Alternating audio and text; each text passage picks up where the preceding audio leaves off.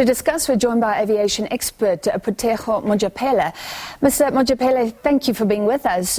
Nompu, my colleague there, was talking about the reduced competition. Do you think this means tickets will go up? Tell me the impact you believe it'll have on travellers.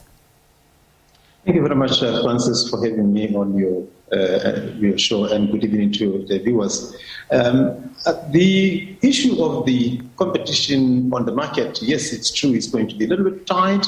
We are going to see many airlines and many people going out to pay quite expensive prices, because you would remember that the airlines, how they operate, the model in which they sell their tickets, they would then categorize their tickets in three groups, meaning that you would have the low and the middle and the high end.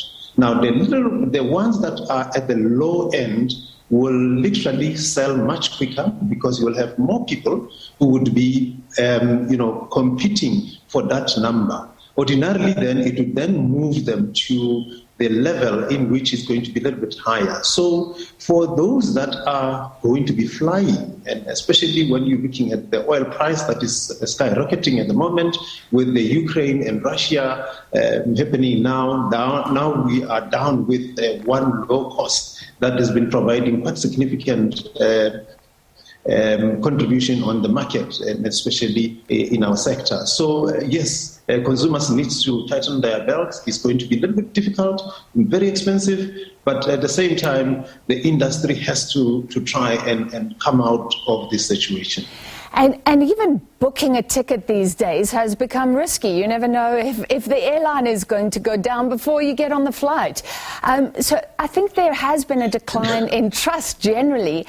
What do you think about the strength of the remaining airlines operating in South Africa? And I guess we have international operators as well.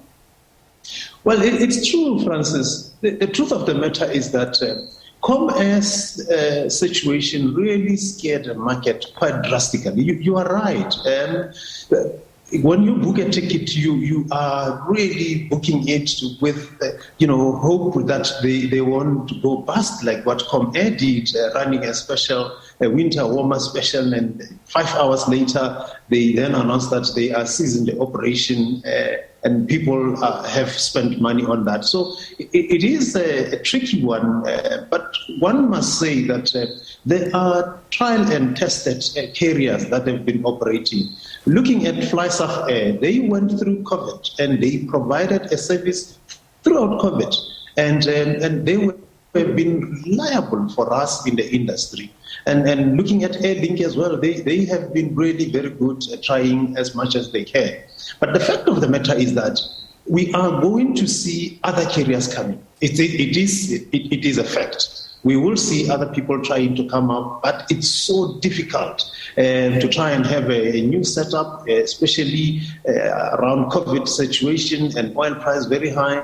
Yes, it's going to be a very bumpy one, but we are hopeful that the industry will pick up the pieces and will be up in the skies again with other low costs that are going to start up.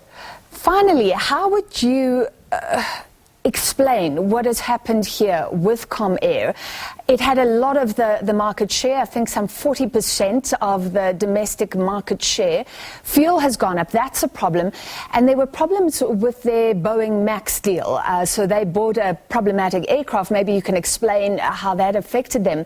But some are saying, given that SAA wasn't flying for a long time, Comair should be in a better position. And this is about management. What do you think? Right. Thank you very much for that question. I am on record in many platforms where I said Comair went wrong when they delist themselves from stock exchange, number one. Now, immediately when you do that, you are now going out there without really having anybody who's going to look after what you are doing.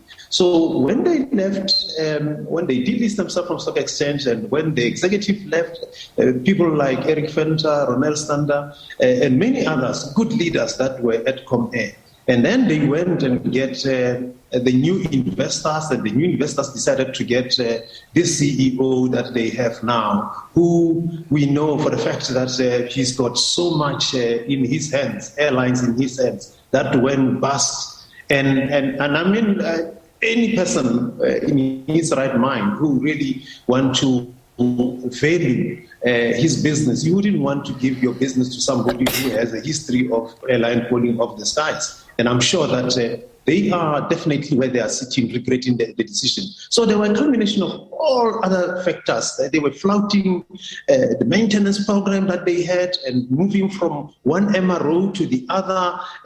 That's why they were end up grounded. And then the last straw was to try and get money out of that winter warmer special, where they just went and get money from the people. But at the same time, I think Comair was a serious good business that really were trusted by many of us in the industry. And we believed that it should have been saved. And the manner in which they went about trying to restart out of the business rescue, staying over 2 years under business rescue, such a small company like Comair.